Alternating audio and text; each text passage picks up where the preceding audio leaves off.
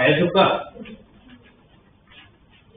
The sum of the first three numbers in DP is 56. So वापस a plus AR square को equal to 56. If we subtract 17 and 21 from this number in that order, the numbers are in HP. तो मतलब first term को A1 से subtract तो A minus 1 हुआ, second को 7 subtract तो AR minus 7 हुआ, और third AR square minus 21 इसमें. तो वहाँ से और एक रिलेशन आएगा, twice of the middle term equal to first term plus third term. तो दो रिलेशन दोनों सॉल्व करोगे तो किसकी वैल्यू आ जाएगी? ANR ही चाहिए, तो को तीन नंबर मिल जाएंगे.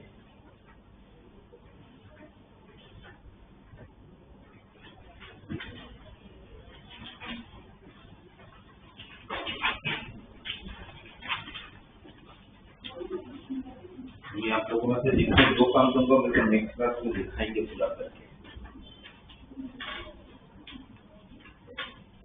तो इसको सारे डिफिकल्ट हो गया तीनों एक बार हो गया, तो एक बार जो हो गया होगा ना, तो कुछ भी बाकी हो तो कंप्लीट करके आपको नेक्स्ट क्लास में अपने नोटबुक सबमिट करवाओगे. टीपीटी 1 2 3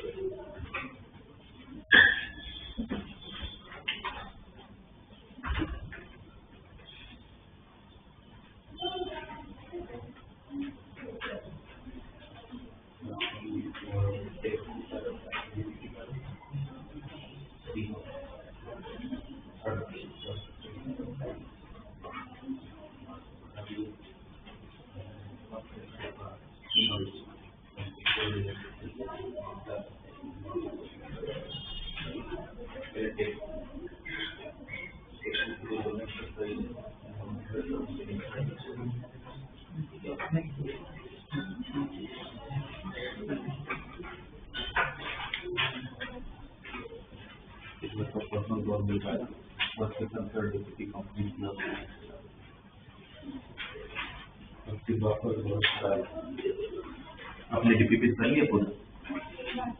थ्री अभी भी बाकी है, मुझे नेक्स्ट क्लास में फर्स्ट सेकंड थर्ड कंप्लीट हुआ है. ध्यान नोटिस करेगा सम ऑफ इंटरेस्ट ऑफ डीपी आपने एक क्लास लिखा है पूरी नहीं वाला देखो तो डीपी कंप्लीट है तो फिर P by challenge last class के क्वेश्चन को करवाए क्लास में हो जाता है तीनों डीपी कंप्लीट और कंप्लीट करके नेक्स्ट क्लास में तीनों बातें जब भी बाकी तीनों रखा है ठीक है. दो चार क्वेश्चन जो बाकी उसको कंप्लीट करके पीवाई से चालू करें और इसमें जो गलती हुई उसको देखो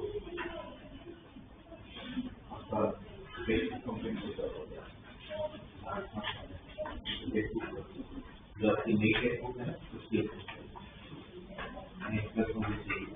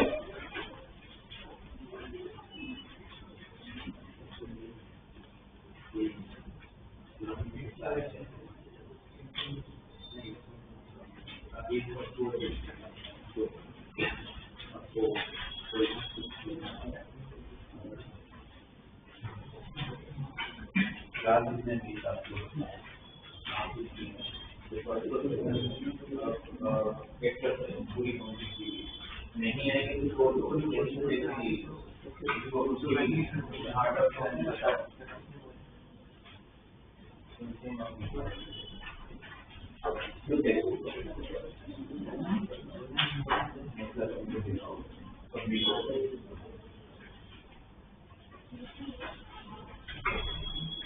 सब्जेक्ट में पूरी नहीं आया तो मुझे तो एग्जाम बोर्ड में थोड़ी बोलोगे पेपर उन्हीं का तो तेजी के कंसेप्ट में प्रॉब्लम होती है। स्पीड बढ़ाओ तो आपने तो पहले बोला था कि अभी हो गई तीनों में सेकंड विभाग के थर्ड विभाग के नेक्स्ट में तो नेक्स्ट क्लास तक वेस्ट तीनों डिग्री कंप्लीट करके पेपर छूट जाते हो तो आपको पेपर छूट जाता है जब मुझे बहुत सोचना पड़ता है कोई भी क्वेश्चन करने से पहले सोचना मुझे तब पड़ता है जब मैं प्रैक्टिस कम हो और आपकी हैंड राइटिंग जैसे नहीं कि माशाअल्लाह की कोई बहुत मजा आता हो देखने में जबरदस्ती का चेक करना पड़ता है थोड़ा बहुत पेपर छूट जाता है तो नहीं छूटना चाहिए। इसको जो काम दिया मैंने आपका भी बाकी होगा आपने टेस्ट ही नहीं दिया था तो रिपीट हो गया नेक्स्ट क्लास में तीनों रिपीट आपको तीनों रिपीट जिनको बोला है इसमें जो करेक्शन और करेक्शन करके सीवाई चालू करो पहले जिनको डीपीपी बोलो डीपीपी कंप्लीट करके देंगे जिनको पीवाई क्यू करने बोल रही जहान और अननोन आप लोग डीपीपी चालू खत्म पहले पेपर में जो गलती है उसको देखो ये यहाँ पर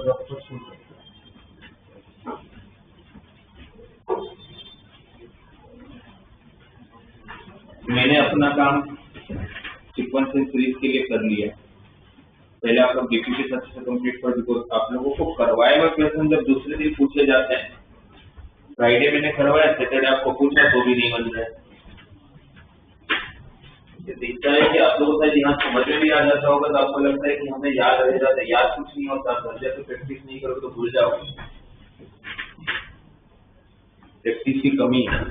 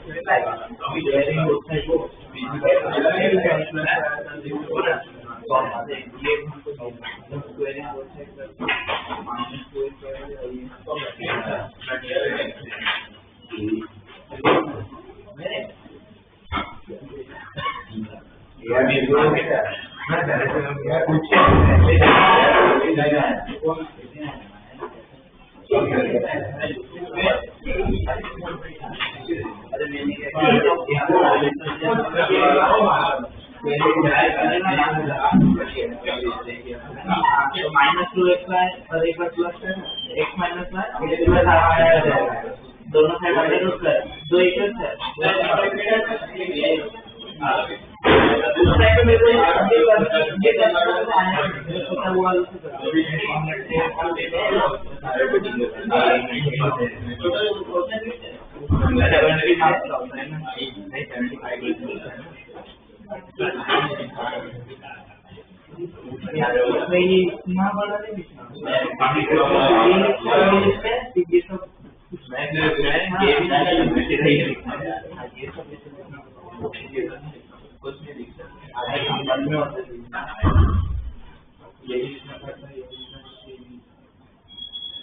यहाँ पे बीच में फॉलो करना चाहिए इतना जितना भी आंसर करता हूँ ये आंसर नहीं आगे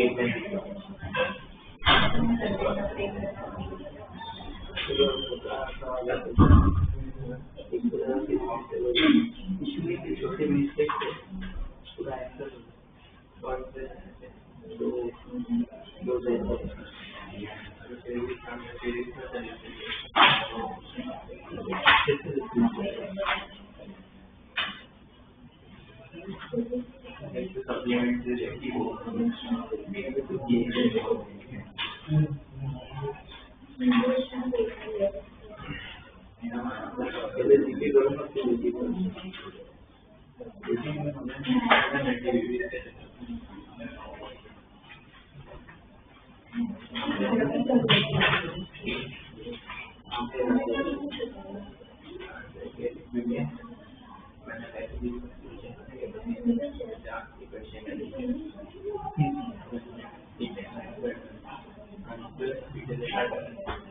ये सब उसी तरीके से किए हुए हैं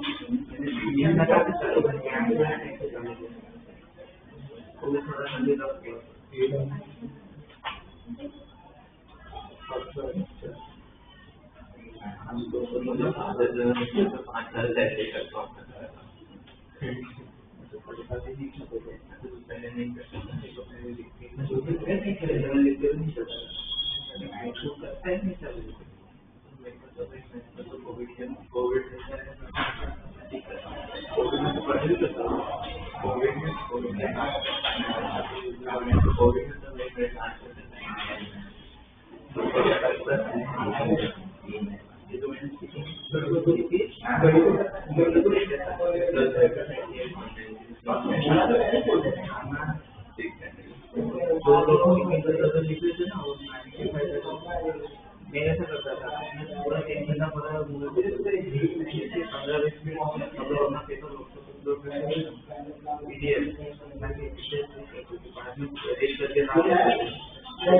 एकदम क्लियर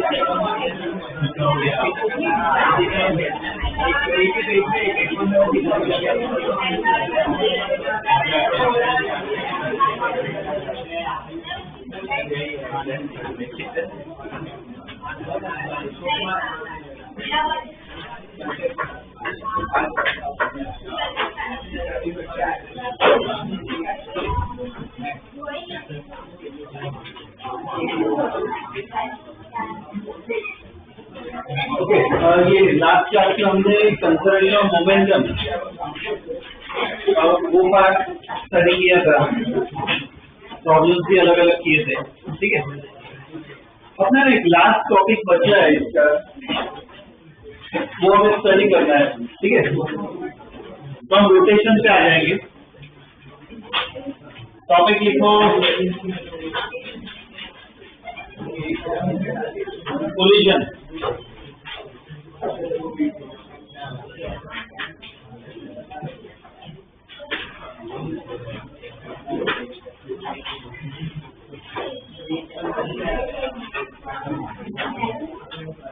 कोलिजन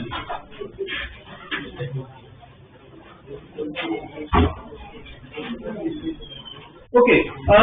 अगर हम नॉर्मल डेफिनेशन की बात करें तो कोलिजन का मतलब क्या है कि दो ऑब्जेक्ट ऐसे कांटेक्ट में आ रहे हो, ठीक है, कांटेक्ट में, और कांटेक्ट के बाद अपनी ओरिजिनल जगह से कहीं और जाएंगे तो उसे हम क्या कहते हैं, कोलिजन, ठीक है।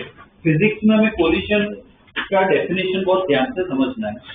कोलिजन का फिजिक्स में मतलब क्या होता है, दो ऑब्जेक्ट ऐसे आ रहे हैं आमने सामने, ठीक है, कांटेक्ट में आ रहे हैं, कांटेक्ट के बाद कहीं और जाए तो हम क्या कहते हैं, कोलिजन कहते हैं। ठीक है, एग्जाम्पल से डिस्कस करते हैं। सपोज ये बॉलर, ठीक है, और क्रिकेट का एग्जाम्पल लेते हैं, बॉल आ रही है, बैट से अगर हम हिट करें तो वो केस कोलिजन मान सकते हैं क्या? बैट और बॉल के बीच में कोलिजन हो रहा है, वो बोल सकते हैं। कुछ कंडीशंस होती है, बोल सकते हो बिल्कुल कि वो क्या है, कोलिजन है। कैसे पता चलता है? 2-3 चीजें ध्यान में रखनी है। एक ये केस हो गया, ठीक है। दूसरा केस अगर मैं कहूं, बॉलर बॉल कर रहा है, ठीक है, बॉल कर रहा है, तो पिच पे पहले लग के आगे बॉल बाउंस होती है, ठीक है। यहाँ पे बॉल और बैट है, ठीक है, तो इधर तो बॉल ऐसे हिट होके इधर गई, ठीक है। अब यहाँ पे तो कोलिजन हो रहा है, इधर कोलिजन बोल सकते हैं क्या कि पिच और बॉल के बीच में कोलिजन है कि नहीं बोल सकते? ये कोलिजन है, ये डेफिनेटली कोलिजन है। ये कोलिजन है या नहीं? बोल, तो इसका आंसर देता हूँ, इसको कोलिजन बोल सकते हैं। ग्राउंड और बॉल में क्या कोलिजन हो रहा है। कोलिजन का मतलब क्या है? कोलिजन का मतलब समझते हैं, कुछ 2-3 चीजें बस ध्यान में रखनी। पहला क्या देखो, कांटेक्ट टाइम। कांटेक्ट टाइम ज्यादा होना चाहिए, कम होना चाहिए? बैट और बॉल की बात करें, इसकी बात करें, जो कांटेक्ट में होता है बॉल और बैट जाता है, तो कितने टाइम के लिए? बहुत कम टाइम के लिए होता है, तुरंत ही तो बॉल चला जाता है, ठीक है। तो कांटेक्ट टाइम जो क्या होना चाहिए, एकदम कम होना चाहिए। यहाँ पे भी ऐसा ही है ना, तुरंत ही तो बॉल बाउंस हो जाता है। कांटेक्ट टाइम क्या होना चाहिए, एकदम कम होना चाहिए, ठीक है।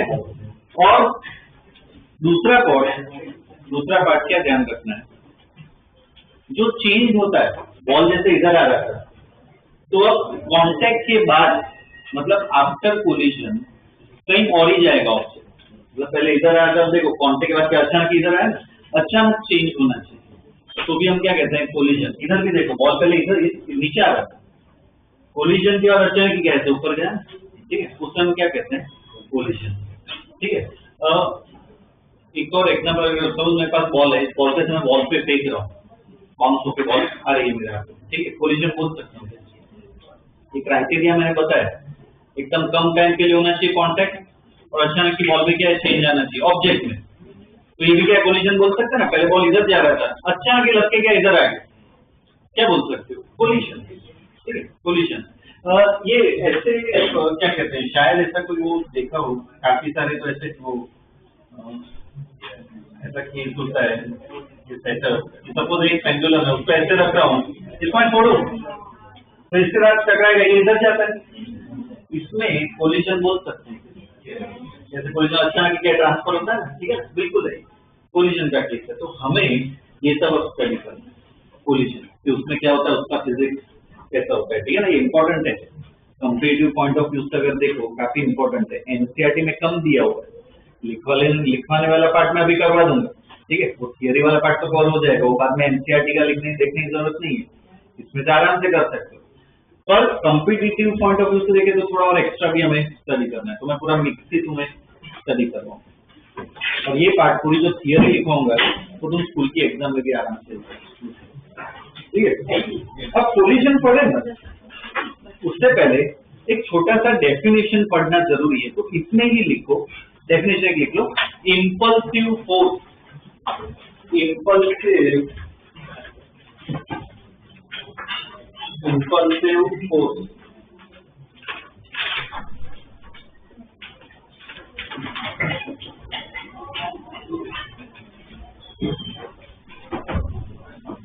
impulsive force,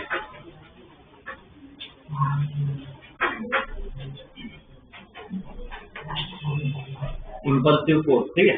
impulsive force का मतलब समझाता हूँ। ये कोलिजन वाले केस देखो, बैट और बॉल की बात है, तो जब कांटेक्ट है, कांटेक्ट के दौरान इनके बीच में क्या है, फोर्स तो लगेगा, ठीक है, वो फोर्स की वजह से ही तो चेंज आ रहा है।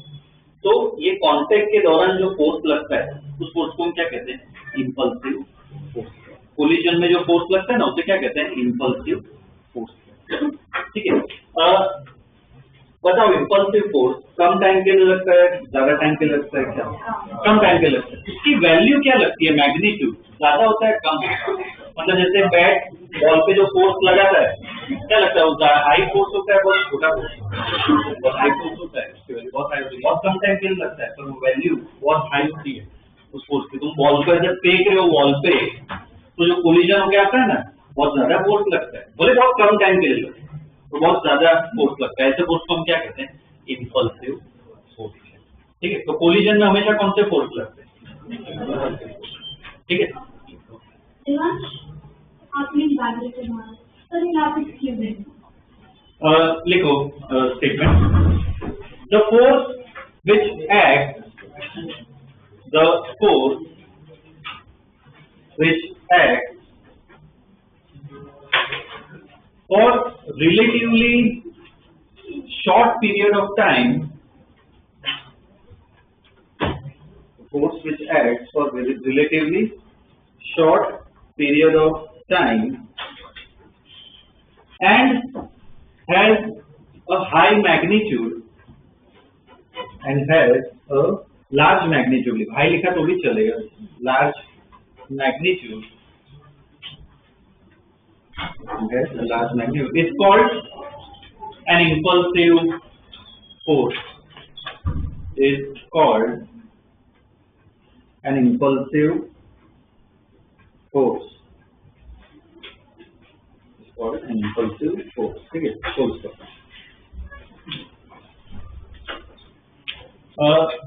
in collision,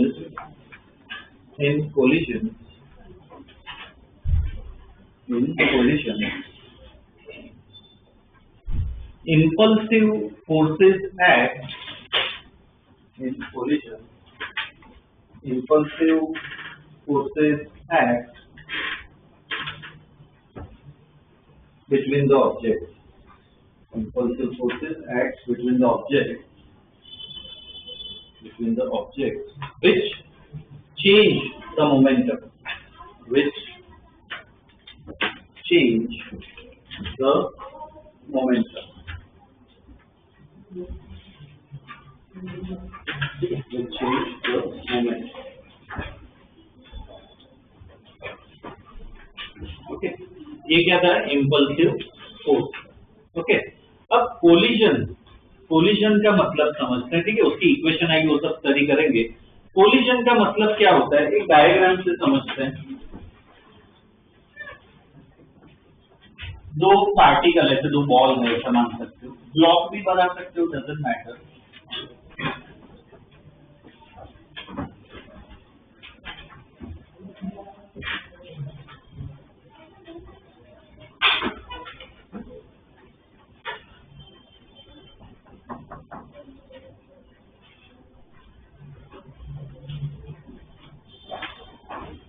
इसमें दो पार्टिकल है, इनकी स्पीड ले लेते हैं u1 u2।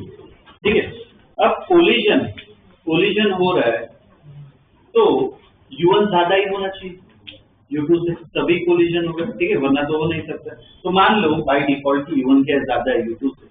कोलिजन के दौरान कांटेक्ट में तो आएंगे, बहुत कम टाइम के लिए आते हैं, जैसे बैट और बॉल का एग्जांपल है, पर कांटेक्ट में तो आता है बहुत कम टाइम के लिए आता है। कभी ऐसे स्लो मोशन वीडियोस देखना, यूट्यूब पे भर के पड़े हुए, स्लो मोशन ऐसा इतना सिंपल लिखोगे ना, स्लो मोशन कोलिजन, बहुत सारे एग्जांपल्स मिलेंगे। एक सबसे अच्छा एग्जांपल जिससे विजुअलाइजेशन हो, वो अपनी लॉन टेनिस जो आता है, उस स्पोर्ट की अगर बात करें तो लॉन टेनिस, मान लो कि ऐसे बॉल आ रहा है, ठीक है, और लॉन टेनिस से हम हिट कर रहे हैं, तो कोलिजन के दौरान अब टेनिस बॉल है, ठीक है, तो क्या लगता है, टेनिस का बॉल जब कांटेक्ट में आता है तब वो स्फेरिकल ही रहता है, पिचक जाता है, कंप्रेस होता है, उसको क्या कहते हैं, डिफॉर्मेशन। क्या हो रहा है, वो डिफॉर्म हो रहा है। ठीक है, डिफॉर्मेशन कहते हैं। बाद में ऐसे कांटेक्ट में है, ठीक है, बाद में बॉल क्या बाउंस होता है, ठीक है, रैकेट से दूर जाता है। तो रैकेट से जब दूर जाता है तो पिच का वही रहता है, वापस वो बन जाता है ना, अपने शेप में आ जाता है। तो पहले वो डिफॉर्म हुआ और वापस अपने ओरिजिनल शेप में आ गया, उसको क्या कहते हैं, रिफॉर्मेशन। क्या हो रहा है, रिफॉर्मेशन। ठीक है, तो दो प्रोसेस आते हैं कोलिजन में, पहले डिफॉर्म होता है ऑब्जेक्ट और बाद में जब कोलिजन खत्म होने आ रहा है तो क्या होता है, रिफॉर्मेशन होता है। ठीक है, प्रोसेस में। तो जब कांटेक्ट में आएंगे, ये था बिफोर कोलिजन। ड्यूरिंग कोलिजन क्या होगा, दोनों कांटेक्ट में होंगे तो दोनों के थोड़ा डिफॉर्म होंगे, उनका शेप चेंज होगा, तो थोड़ा डिफॉर्म हो गए। मान लो कांटेक्ट की साइड पे थोड़ा ऐसे दब गए, ठीक है, ऐसा कीजिए। ओके, कांटेक्ट के दौरान मुझे बताओ, जब कांटेक्ट में थे तो उनकी वेलोसिटी अलग होगी, सेम होगी, क्या होगी? अगर कांटेक्ट में है दोनों सेम वेलोसिटी जाएंगे या अलग वेलोसिटी? कांटेक्ट में है तो क्या साथ में ही जाना पड़ेगा, तभी तो कांटेक्ट रहेगा, तो उनकी वेलोसिटी क्या होती है? सेम। इधर से इधर जो प्रोसेस है उसको क्या बोल सकते हो? डिफॉर्मेशन। क्या होगा? डिफॉर्मेशन। अब हमेशा थोड़ी कांटेक्ट में रहेंगे, दूर भी जाएंगे ना, जब दूर जाएंगे तो इधर से वापिस स्फेरिकल हो जाएगा। तो यहां से यहां का जो प्रोसेस होता है उसको क्या कहेंगे हम? रिफॉर्मेशन। क्या हो रहा है? रिफॉर्मेशन हो रहा है। अब इनकी वेलोसिटी सेम होगी, अलग होगी, कोलिजन के बाद अलग हो जाएगी, V1 और V2। ये जो पूरा प्रोसेस है इसको हम क्या कहते हैं? कोलिजन। ठीक है ना? पहला पार्ट क्या होता है? डिफॉर्मेशन। दूसरा पार्ट क्या होता है उसका? रिफॉर्मेशन। जब डिफॉर्मेशन ये जब हो रहा था तब इनके बीच में कौन सा फोर्स लगेगा? अभी कौन सा फोर्स लगेगा? Impulsive force. ठीक है ना? ये जो फोर्स लगता है वो कौन सा होता है? इंपल्सिव फोर्स होता है। ठीक है, पहले डेफिनेशन लिखवा रहा हूँ क्या ये सब प्रॉपर में। देखो, the process in which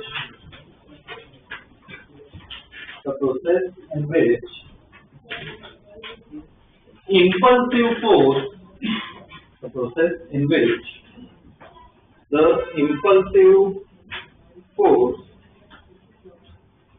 acts between the objects, impulsive force acts between the objects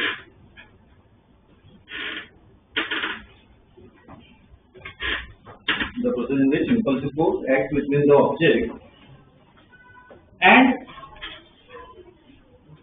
deformation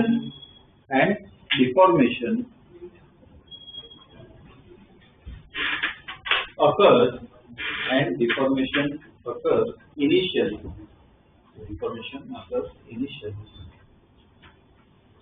And reformation and then reformation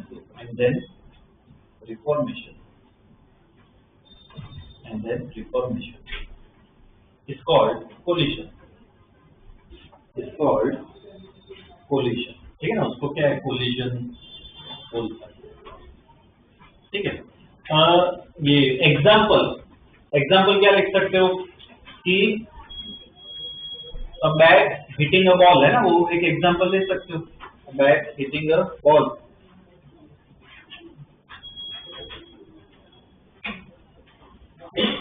और कौन सा ग्राउंड वाला एग्जाम्पल भी ले सकते हो। और दूसरा क्या लिख सकते हो? a ball hitting the ground or a ball hitting the ground or a wall.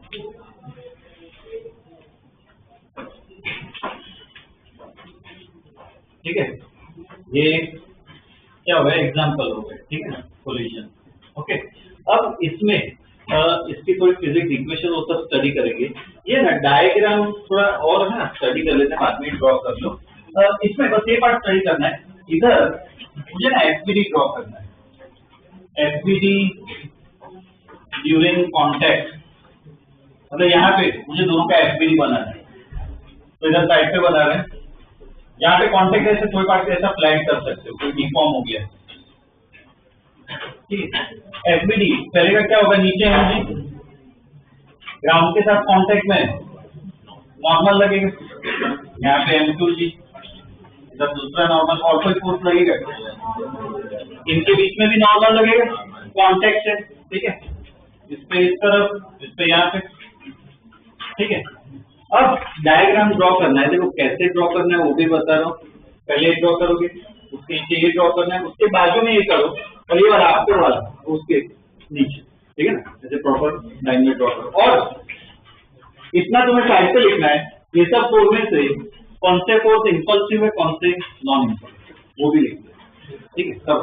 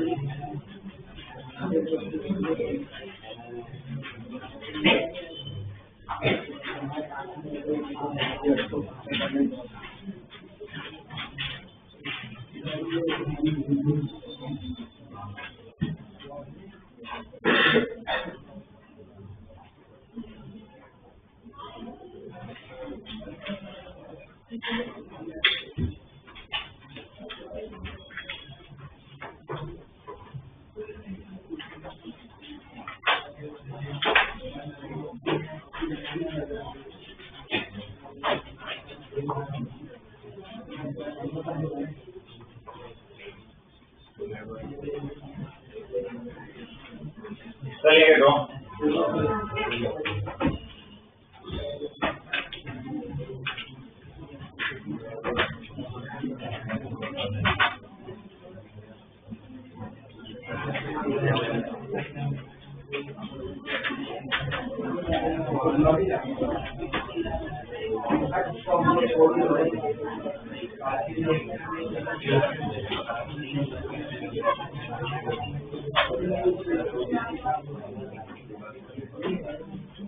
यहाँ पे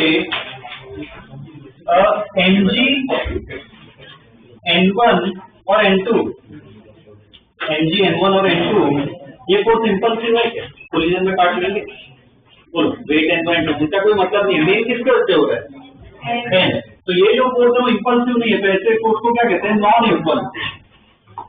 n जो है वो कौन सा इंपल्सिव फोर्स, ठीक है, सिर्फ n इधर इंपल्सिव फोर्स है, उसकी वजह से मेन क्या है? कोलिजन हो रहा है।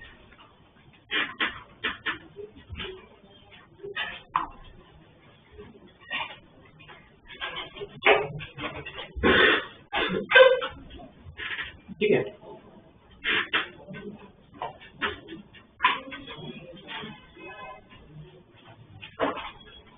ओके। अब इसमें इसकी इक्वेशन स्टडी करते हैं, तो लिखो इसके नीचे, डायग्राम के नीचे लिखो, if the contact time if the contact time is delta t, if the contact time is delta t, then by Newton's second law, if contact time is delta t, then by Newton's second law, देखो ये जो पहला left side वाला particle उस पर force क्या लग रहा है n, तो सेकंड लो याद हो तो F इक्वल टू m नहीं होता है, याद है क्या होता है delta t bye delta t, पर n देखो किस तरफ लग रहा है, पहला जो पार्टिकल तो n कहाँ पे लग रहा है, लेफ्ट साइड लग रहा है, तो इस साइन का ध्यान रखना है, क्या करना पड़ेगा माइनस, ठीक है, पहला पार्टिकल इस पे क्या लिखेंगे डेल्टा t1, देखो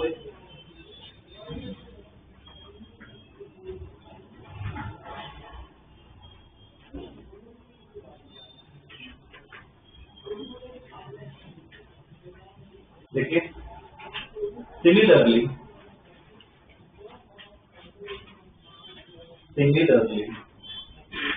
दूसरे पार्टिकल के लिए क्या लिखोगे, n equal to delta P2 by delta T, ठीक है ना, उसमें n लग रहा है, n equal to delta P2 by delta T, ठीक है ना, ये आ गया।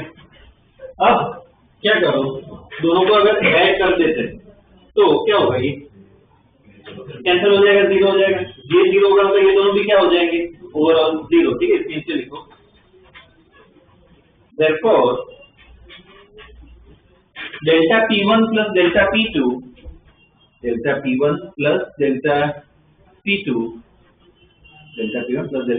इक्वल टू जीरो, दोनों पे एरो बना हो गया, delta P1 plus delta P2 equal to zero. अगर डेल्टा P1 डेल्टा P2 मतलब दोनों का क्या है, मोमेंटम है, चेंज इन मोमेंटम, दोनों को ऐड करो मतलब किसका मोमेंटम है, सिस्टम का, तो ऐसे लिख सकते हो delta P system equal to zero, delta P system equal to zero. ये इक्वेशन क्या बताती है कि सिस्टम का मोमेंटम चेंज नहीं, मतलब मोमेंटम क्या रहता है, कांस्टेंट, ठीक है, सिंपल। तो this shows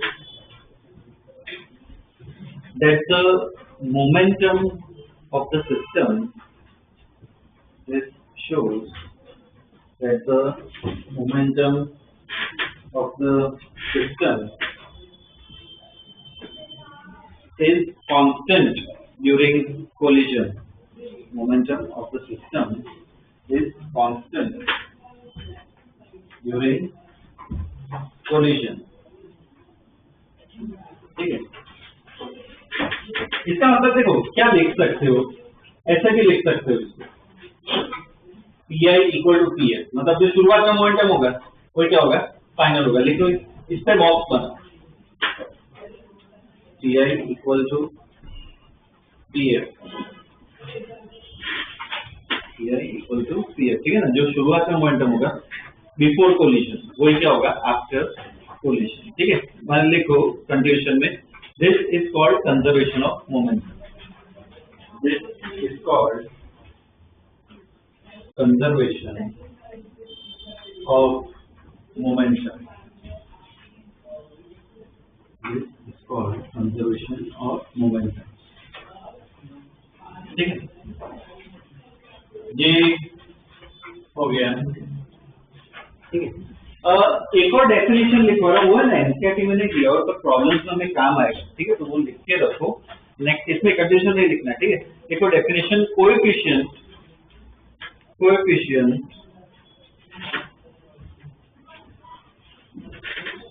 of restitution, coefficient of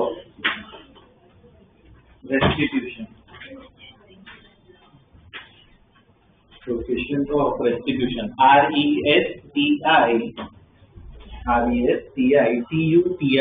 restitution, ठीक है, ब्रैकेट में लिखो स्मॉल e, वो उसका सिंबल होता है, ठीक है, e वो उसका सिंबल होता है, ठीक है। ये क्या है, रेशियो है, ओके, रेशियो है, वो मैं डेफिनेशन लिखा देता हूँ, बाकी फॉर्मूला लिखते हैं, लिखो it is the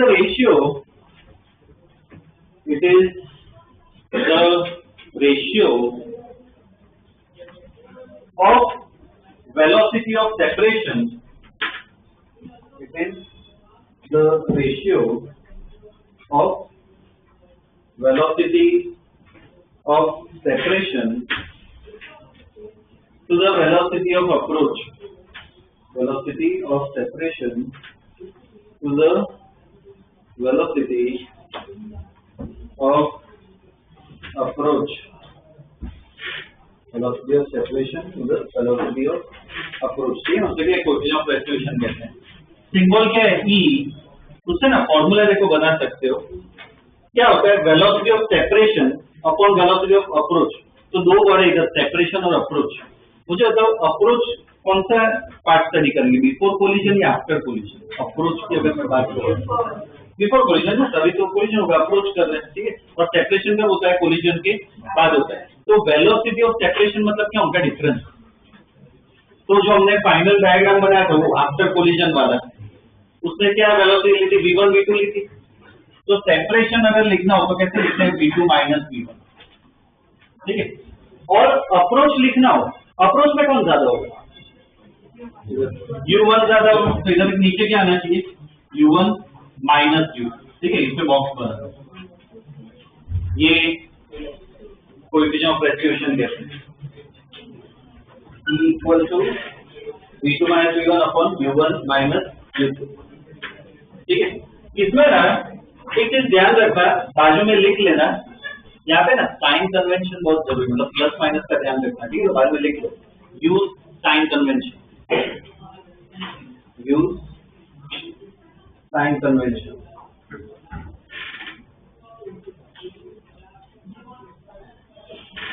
use sign convention. ठीक है, ये एक हो गया. मतलब थोड़ा और लिखा, बाद में प्रॉब्लम कर सकते हैं.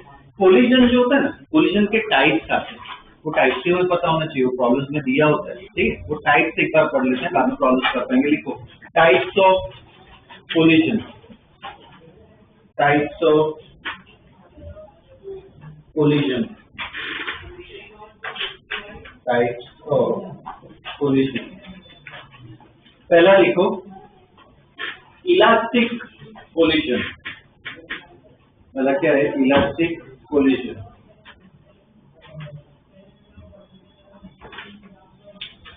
Elastic collision. इलास्टिक कोलिजन का मतलब क्या होता है कि ये अभी मैंने प्रोसेस बताया कि दो ऐसे कोलिजन हो रहा है, तो पहले ऑब्जेक्ट क्या होते हैं? डिफॉर्म होते हैं, डिफॉर्मेशन होता है. उसका वापस अपना ओरिजिनल शेप मिलता है, उसे क्या कहते हैं? रिफॉर्मेशन. ठीक है, तो डिफॉर्मेशन हो तो थोड़ी एनर्जी जो होती है ना, इधर कौन सी एनर्जी है ऑब्जेक्ट के पास? Kinetic energy. तो थोड़ी एनर्जी है ना, इसमें डिफॉर्मेशन में चली जाती है. रिफॉर्मेशन होता है तो वापस वो एनर्जी क्या हो जाती है? मिल जाती है. इलास्टिक कोलिजन मतलब क्या? जितनी एनर्जी डिफॉर्मेशन में गई, रिफॉर्मेशन में वापस उतनी एनर्जी मिल जाती है, मतलब कोई एनर्जी लॉस नहीं होती है. ऐसे कोलिजन को क्या कहते हैं? इलास्टिक कोलिजन कहते हैं. ठीक है, और दूसरा पॉइंट क्या है? जो ओरिजिनल शेप था ऑब्जेक्ट का, शेप और साइज, वो सेम एग्जैक्ट वापस मिल जाता है, क्योंकि कोई लॉस नहीं होगा. ऐसे कोलिजन को क्या कहेंगे? इलास्टिक कोलिजन कहेंगे. ठीक है, लिखो इसमें द ऑब्जेक्ट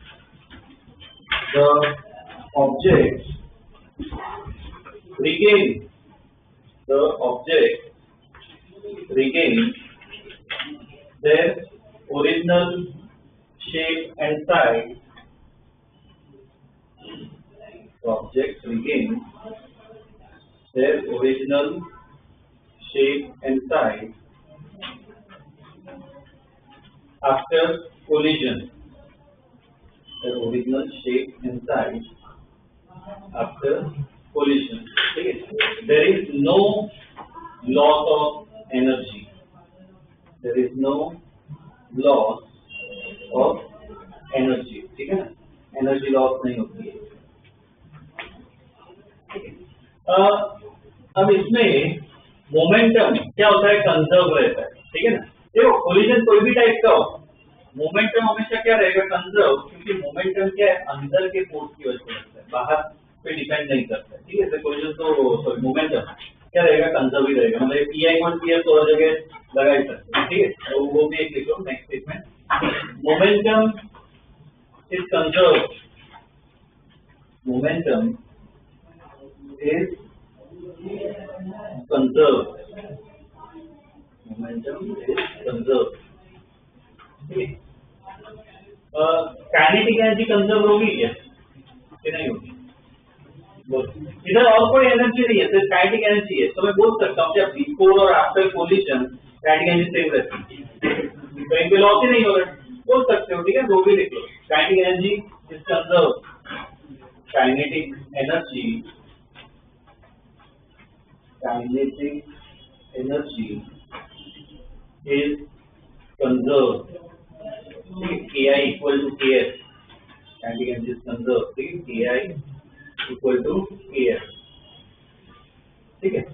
और एक और इसमें इस पार्ट में लिख सकते हैं, जो E होता है ना, E ध्यान रखना, ये E की वैल्यू ना 1 होती है, अगर इलास्टिक पोजीशन है ना, कोई भी प्रॉब्लम नहीं, तो तुम E इक्वल क्या ले सकते हो, 1, प्रॉब्लम दिया नहीं होगा, हमें कुछ समझना है, E की वैल्यू क्या लोगे, 1 लोगे, ठीक है। तो वो भी लिख लो, E equal to 1, E equal to 1, ठीक है। इलास्टिक पोजीशन हो तो लिख सकते हो E इक्वल टू 1, ठीक है। ये पहला हुआ अपना इलास्टिक पोजीशन।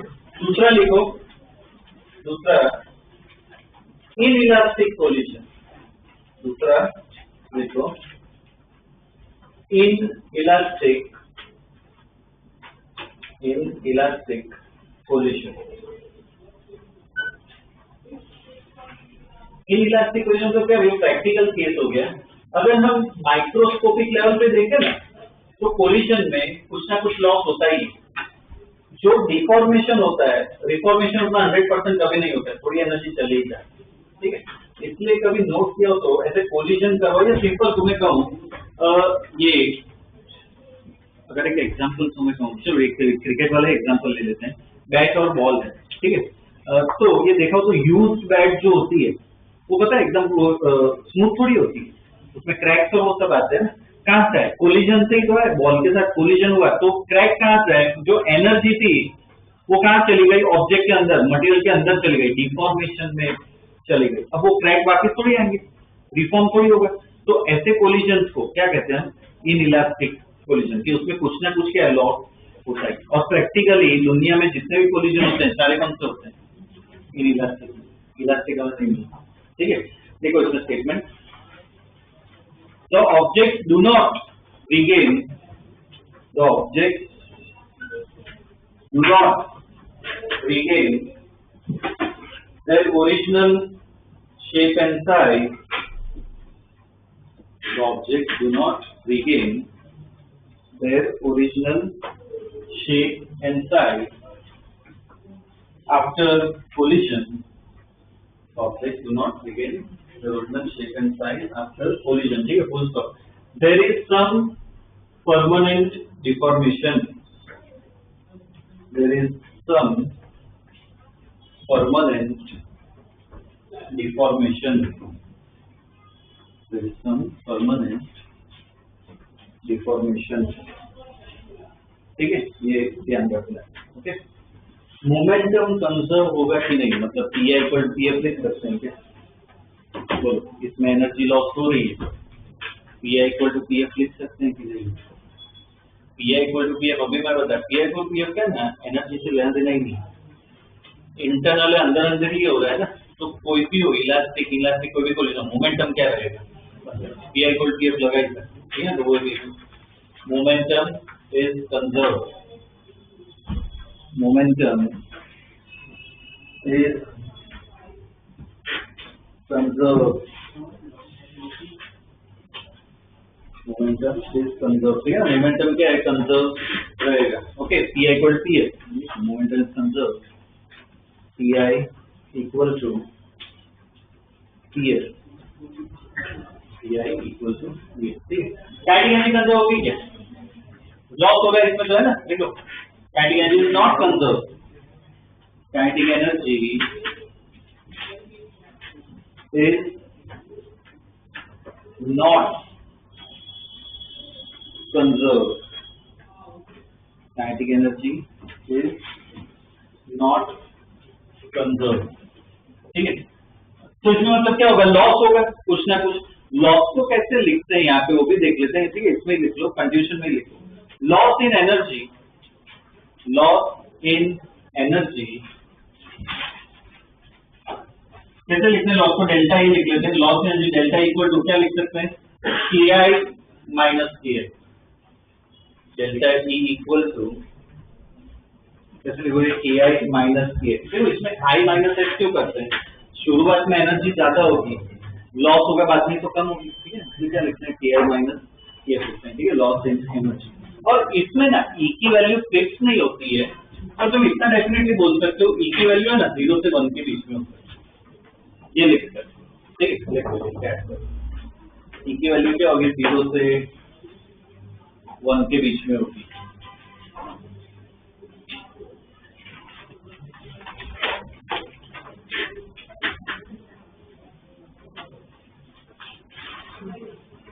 ठीक है, ये था इनइलास्टिक। ठीक है, तीसरा है, क्लास बस लिख लो, तीसरा completely inelastic.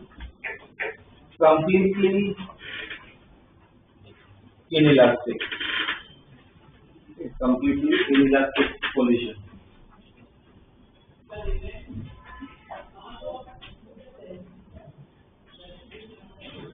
Okay, completely inelastic में क्या होता है, ऑब्जेक्ट ऐसे कांटेक्ट हुआ, पहले क्या हुआ, ऐसे डिफॉर्मेशन हुआ, अब क्या होता है, उसके बाद रिफॉर्मेशन भी होता है। एक बार डिफॉर्मेशन हुआ, कंप्लीटली इनइलास्टिक, मैंने क्या लिखा है, कंप्लीटली इनइलास्टिक। एक बार डिफॉर्मेशन हुआ, रिफॉर्मेशन होगा ही नहीं, थोड़ा भी नहीं होगा। डिफॉर्म हुआ ना, बाद में क्या होगा, चिपक जाएंगे, रिफॉर्मेशन होगा ही नहीं, चिपक जाएंगे। अब एक बार चिपक गए, स्टिक हो गए, तो उसके बाद क्या होगा, साथ में जाएंगे या वेलोसिटी अलग हो सकती है, वो क्या होगा, साथ में जाएंगे। ठीक है ना, तो उनकी वेलोसिटी क्या हो जाती है, सेम हो जाती है। ऐसे कोलिजन को क्या कहते हैं, कंप्लीटली इनइलास्टिक। ठीक है, तो इसमें लिखो, there is no reformation, there is no reformation. ठीक है, there is no reformation, comma, the objects stick together, the objects stick together and move, the objects stick together and move with common velocity, objects stick together and move with common velocity। ठीक है, इसमें same वो momentum तो conserve ही रहेगा। ठीक है, दो लिख लो, momentum conserve, P equal to F, momentum is conserve, P equal to F। ठीक है, काइनेटिक एनर्जी कंजर्व होगी कि नहीं होगी, बोलो, नहीं होगी। ठीक है, काइनेटिक एनर्जी लिखो, kinetic energy is not conserve, kinetic energy is not conserve। ठीक है, अब काइनेटिक एनर्जी देखो कंजर्व नहीं होगी, इसमें एक स्टेटमेंट बता रहा हूं, वो मुझे समझाओ। इसमें भी लॉस तो होगा ही, पर है ना, इसमें सबसे ज्यादा लॉस होगा। क्यों सबसे ज्यादा लॉस होगा, रिफॉर्मेशन हो नहीं रहा है, कोई गेन मिलेगा नहीं, एक बार डिफॉर्म हो गया। ठीक है ना, इसमें लॉस क्या सबसे ज्यादा मिलता है, लिखो, loss in energy, the loss in energy is maximum, the loss in energy is maximum। ठीक है, तो वो क्या कंजर्व नहीं रहेगा। ठीक है, इसमें लॉस मैक्सिमम मिलेगा। ठीक है, और इसमें ना ई की वैल्यू फिक्स होती है, वो एक लिख सकते हो, equal to 0, E equal to 0, E equal to 0। ठीक है, ये अब इसमें ये पार्ट स्टडी कर लिया। ओके, इसके लिए स्टेट अब क्वेश्चन कर लेते हैं। ठीक है, इक्वेशंस कौन सी ध्यान में रखनी, एक तो P I equal to P F, momentum exchange कर सकते हो, और दूसरी इक्वेशन कौन सी लगाओगे, ई वाली, जो ई वाली इक्वेशन लगाई डेफिनेशन लिखवा वो दो इक्वेशन पे ध्यान, ठीक है। इसके इस पे प्रॉब्लम कर लेते हैं, तो एक छोटा टॉपिक भी अपना खत्म हो जाएगा। देखो, a 1 kg particle,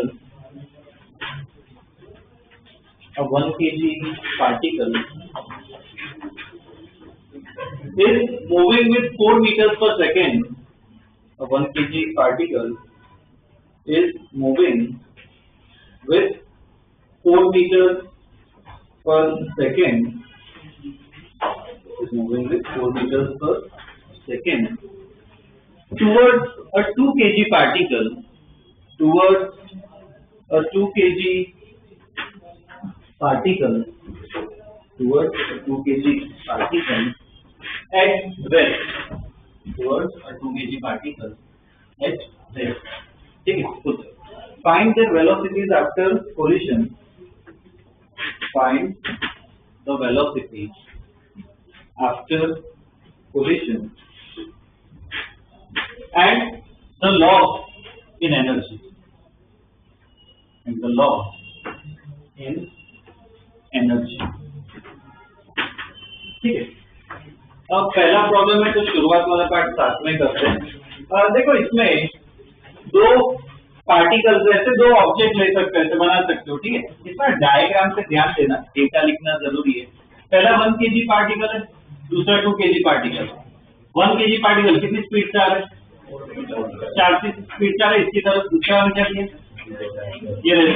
ये क्या होगा, बिफोर कोलिजन, और एक तुम्हें क्या बनाना है, आफ्टर कोलिजन, की कोलिजन के बाद कैसा होगा। तो देखो, आफ्टर कोलिजन, पहले तो इसमें कोलिजन के जो बाद सिचुएशन होगी वो कुछ भी हो सकती है। कुछ भी मतलब क्या, ये पीछे जा सकता है, ये आगे जा सकता है, दोनों आगे जा सकते हैं, कोई एक रेस्ट कर, कुछ भी हो सकता है, हमें पता नहीं है।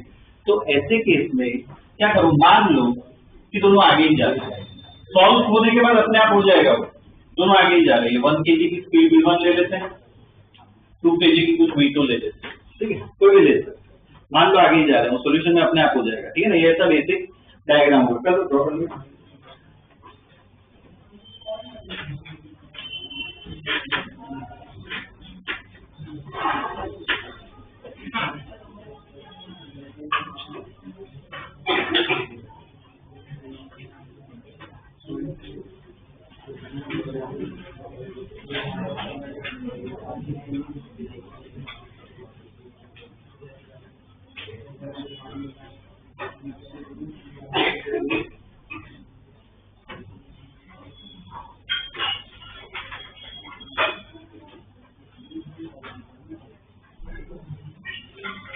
चलिए। अब इसमें दो इक्वेशन है जो हमें अप्लाई करनी है, अभी डिस्कस किया। कौन सी लगाओगे, एक पी इक्वल टू एफ, और दूसरी कौन सी इक्वेशन लगाएंगे, ई वन, ठीक है। अच्छा, इसमें कोलिजन तो बोला नहीं है ना, कौन सा है, इलास्टिक में तो दिया है क्या, क्वेश्चन में लिख रहा है सब। Collision is inelastic, collision is inelastic, collision is inelastic. E equal to लिखो 0.5, E इक्वल टू 0.5, ठीक है ना, ये दिया हुआ है, कुछ तो देना चाहिए। Collision is inelastic, E equal to 0.5, ठीक है, इतना दिया हुआ है, ओके। चलो, तो इसमें पहले वो इक्वेशन लगाते हैं, PI equal to PF। PI का मतलब क्या हुआ कि मोमेंटम लिखना है सर, I का मतलब क्या हुआ, इधर इनिशियल हुआ, पर इस डायग्राम में क्या बिफोर या आफ्टर, बिफोर, तो तुम्हें इधर मोमेंटम लिखना है, ये पूरे कितना मोमेंटम कितना होगा, मोमेंटम का फॉर्मूला याद है, तो 1 into 4, दूसरे का 0, रेस्ट पे आफ्टर फाइनल मोमेंटम लिखना है, मतलब यहाँ पे इसका मोमेंटम कितना होगा, 1 into v1 plus 2 into v2, यहाँ पे लिखे तो 4 इक्वल टू क्या आ जाएगा, v1 प्लस 2v2, ये अपनी क्या आ गई पहली इक्वेशन, ठीक है ना, एक PI इक्वल टू PF, ये पहली इक्वेशन आ गई।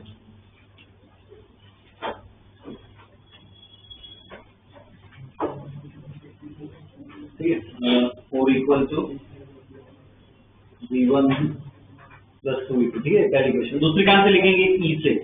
तो E का फॉर्मूला लिख लेते हैं। E इक्वल टू क्या था formula, V2 minus V1 upon U1 minus U2। E का वैल्यू क्या था 0.5। अब V2 माइनस V1 तो ऐसे ही लिख लो डायरेक्ट, क्योंकि वही देखा है ना हमने। तो V2 माइनस V1 तो ऐसा ही रहेगा। U1 बोलो, U मतलब क्या होगी 4 वाला, क्या होगा 4 माइनस 0। तो इधर से देखो दूसरी इक्वेशन आ जाएगी, क्या आएगी V2 minus V1 equal to 4 इधर लिखा है, कितना हो जाएगा 2। ये दूसरी इक्वेशन, ये दो को सॉल्व करो तो V1 V2 मिल जाएगा। करो सॉल्व, 0 1 2।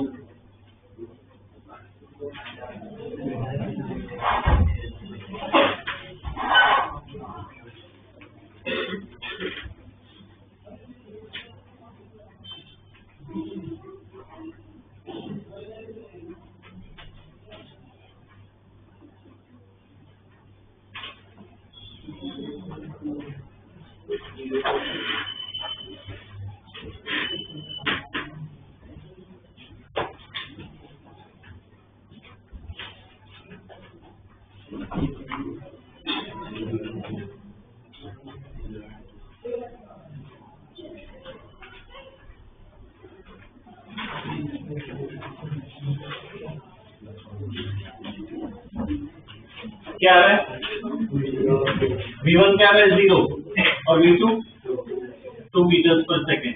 ये हो गया सॉल्व, ठीक है। ये एक अपनी वेलोसिटी आ गई कोलिजन के बाद, ठीक है। एक पार्ट को और भी पूछा है, क्या पूछा, लॉस इन एनर्जी। देखो लॉस इन एनर्जी निकालना हो डेल्टा E, तो कैसे निकाले, KI माइनस KS। KI मतलब पहले की एनर्जी लिखो, तो देखो क्या होगी KI क्या होगा हाफ m, पहले की लिखे तो half m v square plus दूसरे की कितनी होगी 0।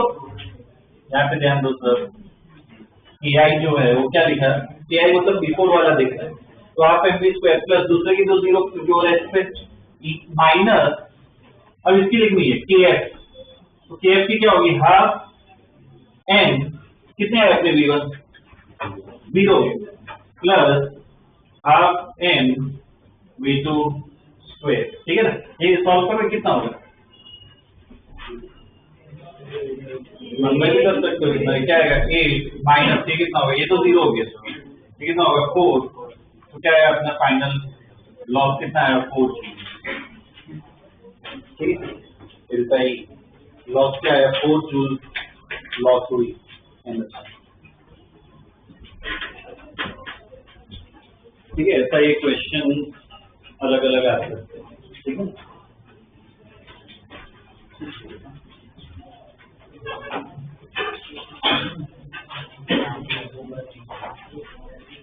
चलो अब ऐसे अलग अलग टाइप दे रहा हूँ, ठीक है। डायग्राम बनानी है, इक्वेशन से लिख के पूरा सॉल्व करना है, ठीक है ना। Next question, 2 particles of mass 1 kg and 2 kg, 2 particles of mass 1 kg and 2 kg,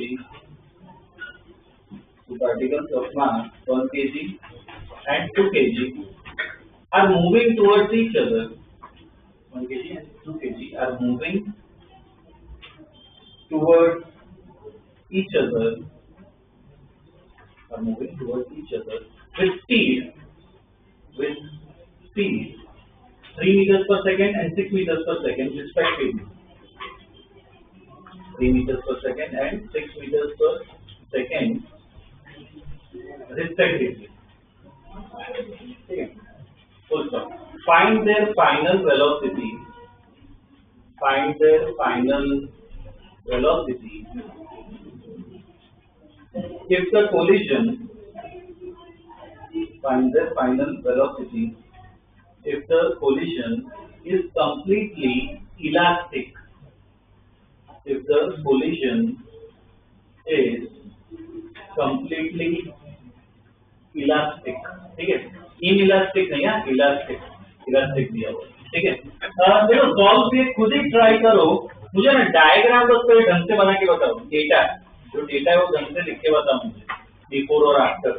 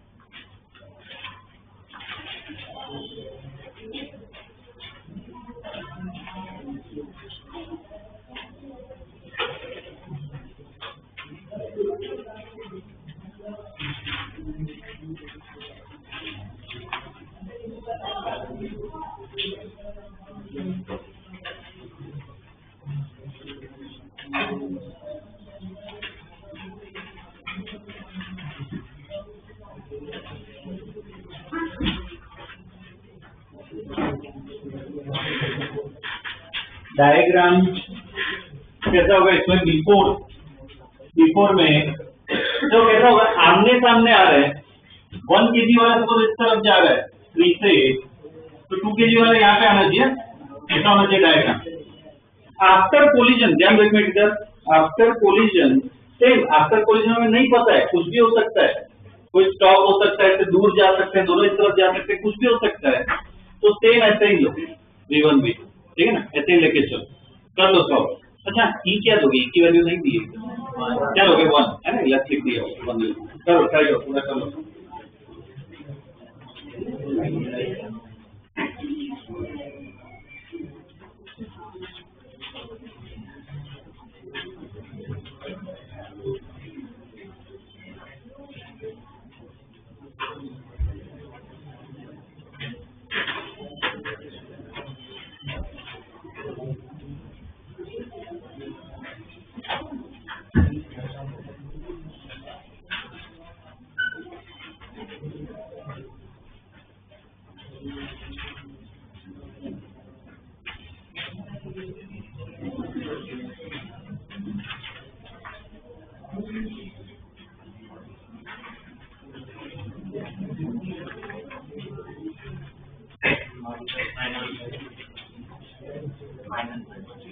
-9 होगा,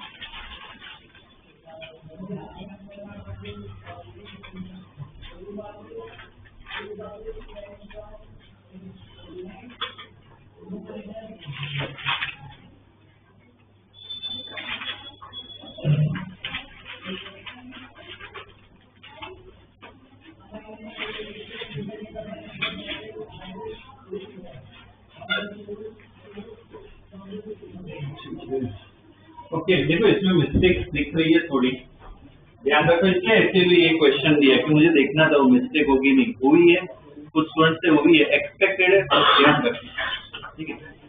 टी आई मतलब यहाँ पे मोमेंटम लिखना है, इसका मोमेंटम कितना होगा 1 into 3 कितना होगा 3, इसका मोमेंटम 2 into 6 कितना होगा 12 पर माइनस, क्यों माइनस डालेंगे, इस तरफ जा रही है तो नेगेटिव डालना पड़ेगा, साइन का ध्यान रखना है।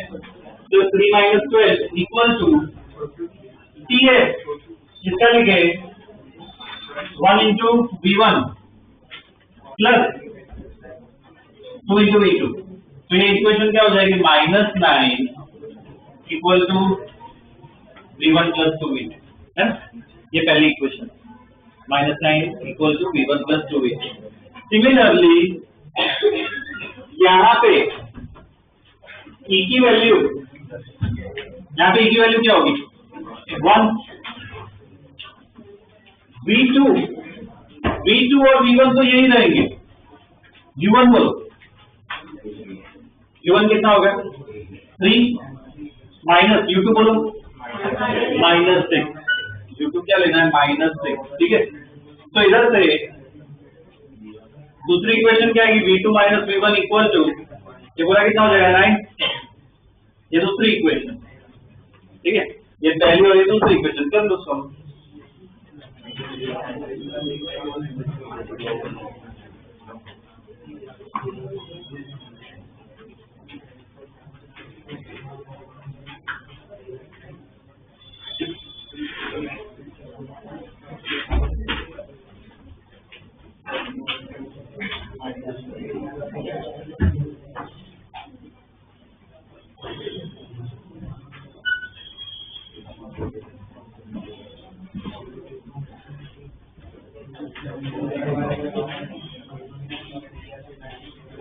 क्या आ रहा है सॉल्व कर देखो, V1 कितना आ रहा है -9 और V2 0, ये आंसर आएगा। V1 क्या आएगा -9 और V2 क्या है 0, -9 का मतलब समझो इधर आएगा, V1 माइनस का मतलब क्या इधर नहीं जा रहा है, ऑपोजिट जा रहा है। तो देखो विजुअलाइजेशन करना हो, विजुअलाइजेशन कैसा होगा, दो पार्टिकल ऐसे आ रहे हैं, टकरा के ये इस तरफ गया और ये मतलब क्या होगा रेस्ट पे रहेगा, ये इधर का इधर रहेगा, ये पीछे जाएगा, ठीक है। आंसर से हम पूरा विजुअलाइज भी कर सकते हैं, ठीक है। तो ये अपना आंसर है। इस क्वेश्चन में मैंने लॉस नहीं पूछा कि लॉस निकालो, क्यों, कोलिजन के इलास्टिक है, लॉस होगा ही नहीं, ठीक है ना, लॉस होना ही नहीं वाला। तो इसमें ना थोड़ा चेंज कर देते हैं, ऐसा ही क्वेश्चन रखने लिखो। Next question, solve the previous problem, solve the previous problem if the collision, solve the previous problem if the collision is completely inelastic, solve the previous problem if the collision is completely inelastic, ठीक है, full stop. Also find loss in energy, also find loss in energy, also find loss in energy,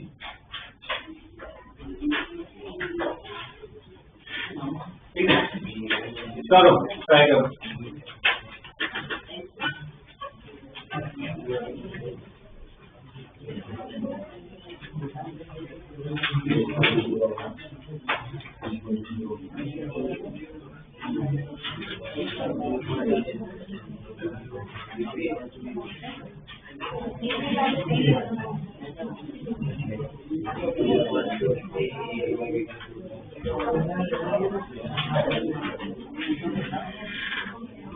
diagram, पहले तो diagram draw करो properly, diagram होना चाहिए, diagram matter करता है।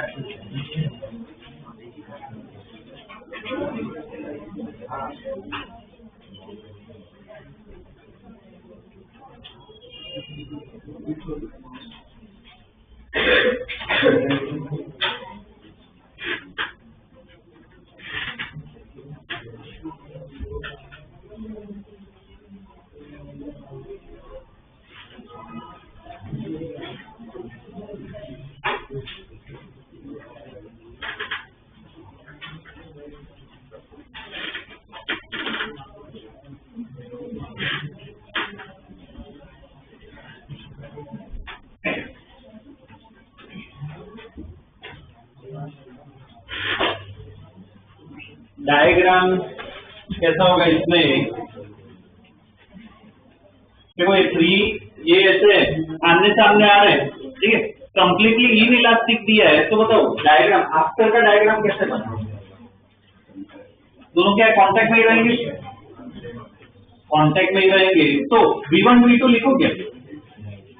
ऐसा मान लो आगे जा रहे हैं, एक ही स्पीड से जा रहे हैं, फिर क्या लिखना है V, ठीक है, ऐसे कांटेक्ट में लाओ और सिर्फ V एक चिपक जाएंगे, ठीक है, डायग्राम चेंज हो जाएगा। चलो सॉल्व करो।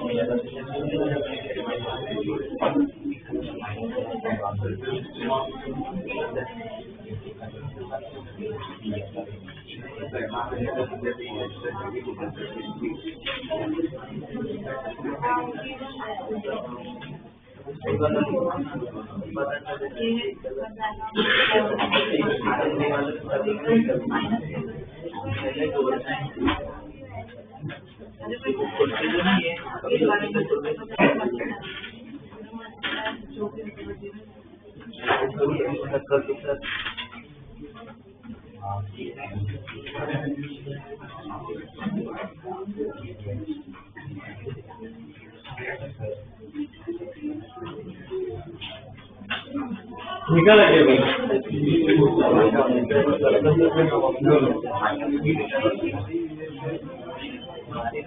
PI कितना होगा 1 into 3, इसका कितना होगा माइनस में होगा 6 into 2।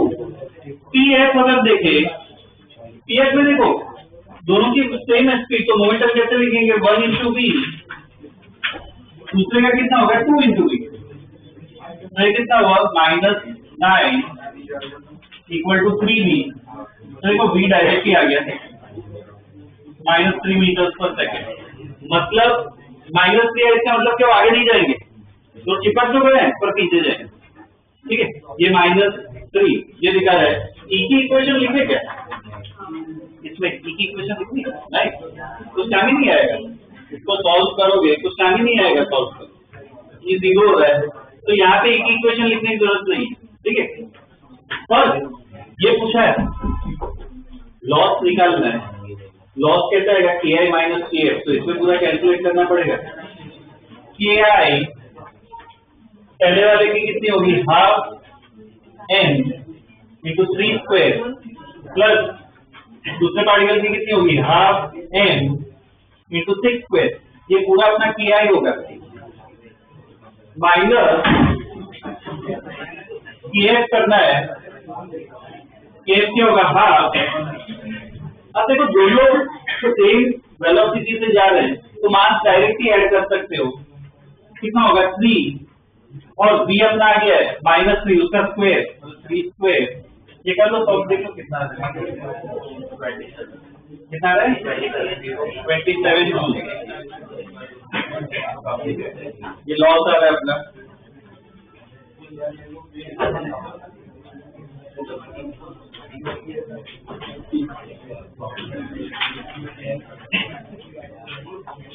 ठीक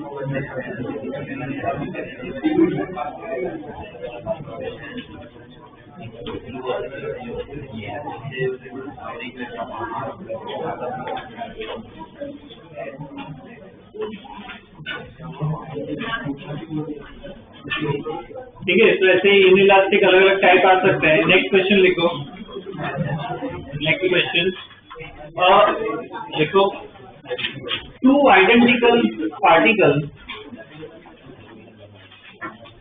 टू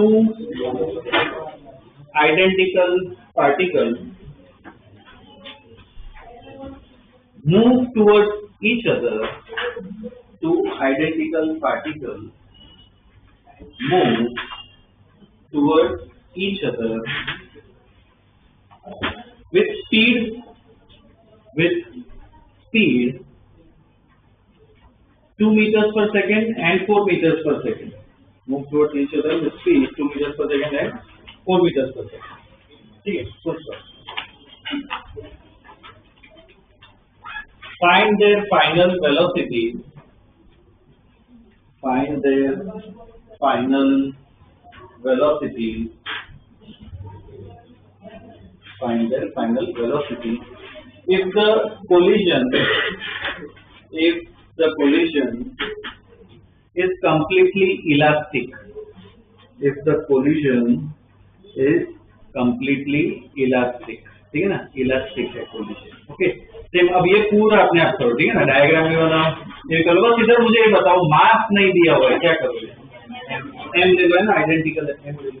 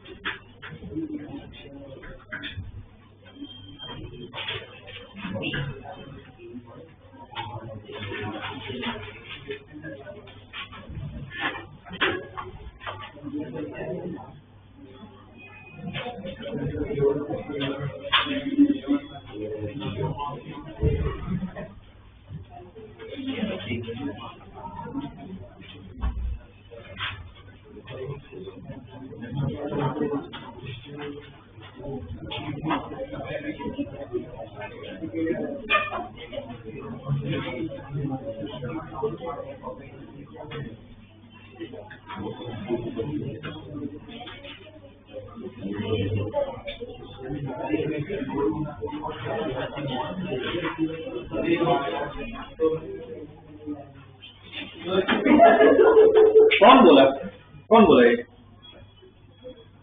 एक बार बाहर ऑफिस में तुम बोलेगा, बाहर जाओ। मेरे कोई मतलब नहीं है, मैं पूरी क्लास से देख रहा हूँ। जाओ ऑफिस में, आओ, आ रहा हूँ। लगे तो खुद के जाएगा क्या? बैग ले लो।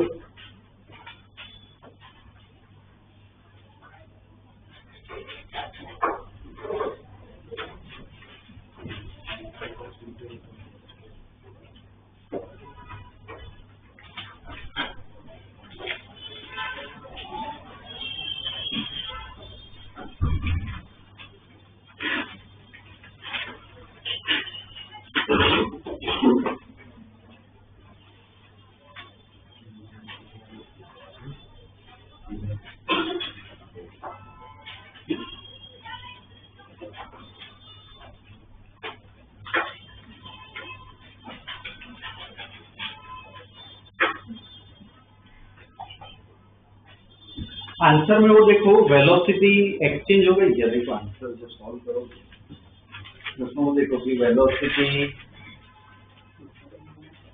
एक्सचेंज हुई कि नहीं।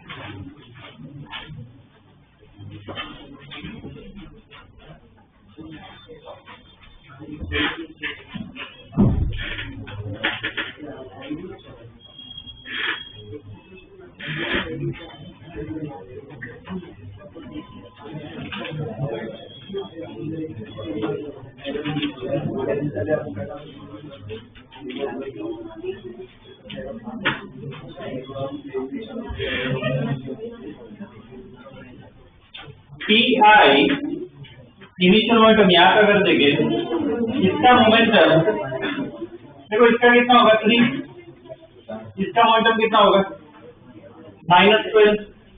अब इसमें डायग्राम देखो चेंज हो जाएगा, इधर मैं थोड़ा अलग कर देता हूँ। अच्छा लास्ट देखो, अच्छा अलग कर देता हूँ।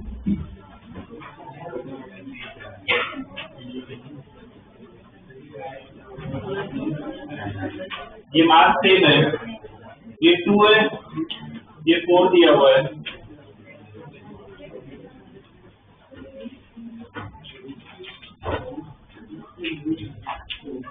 ठीक है, प्रोसेस तो सेम है, V1 V2।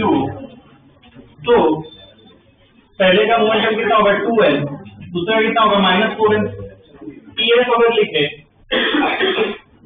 तो इसका कितना होगा MV1 प्लस MV2, M हट जाएगा, -2 इक्वल टू क्या आएगा V1 प्लस V2। ये पहली इक्वेशन। दूसरी इक्वेशन कहां से आएगी, E से। E की वैल्यू क्या है 1, V2 और V तो सेम ही रहेगा। U1 बोलो 2 और ये U2 कितना होगा -4, ठीक है, ये ध्यान रखना है। तो V2 माइनस V1 ये पूरा 6 हो गया, इस तरफ चला गया। ये दोनों को सॉल्व करो, V1 कितना आ रहा है -4 और V2 कितना है 2। डायग्राम में ध्यान से देखो, देखो कैसा दिखेगा ये वाला पार्टिकल -4 आया, मतलब क्या ये 4 से इस तरफ जाएगा और ये क्या होगा 2 से जाएगा। विजुअलाइज तो ध्यान से देखो, वेलोसिटी एक्सचेंज हो गई, 4 इसको मिल गया, 2 इसको मिल गया। ठीक है, ये बहुत स्पेशल केस है, ध्यान रखना, कॉम्पिटिटिव पार्ट में बहुत काम आएगा। 2 3 4 बना के ना स्टेटमेंट लिखो। If the particles have same mass, if the particles have same mass, if the particles have same mass, and the collision is completely elastic, if the particles have same mass and the collision is completely elastic, and the collision is completely elastic, then their velocities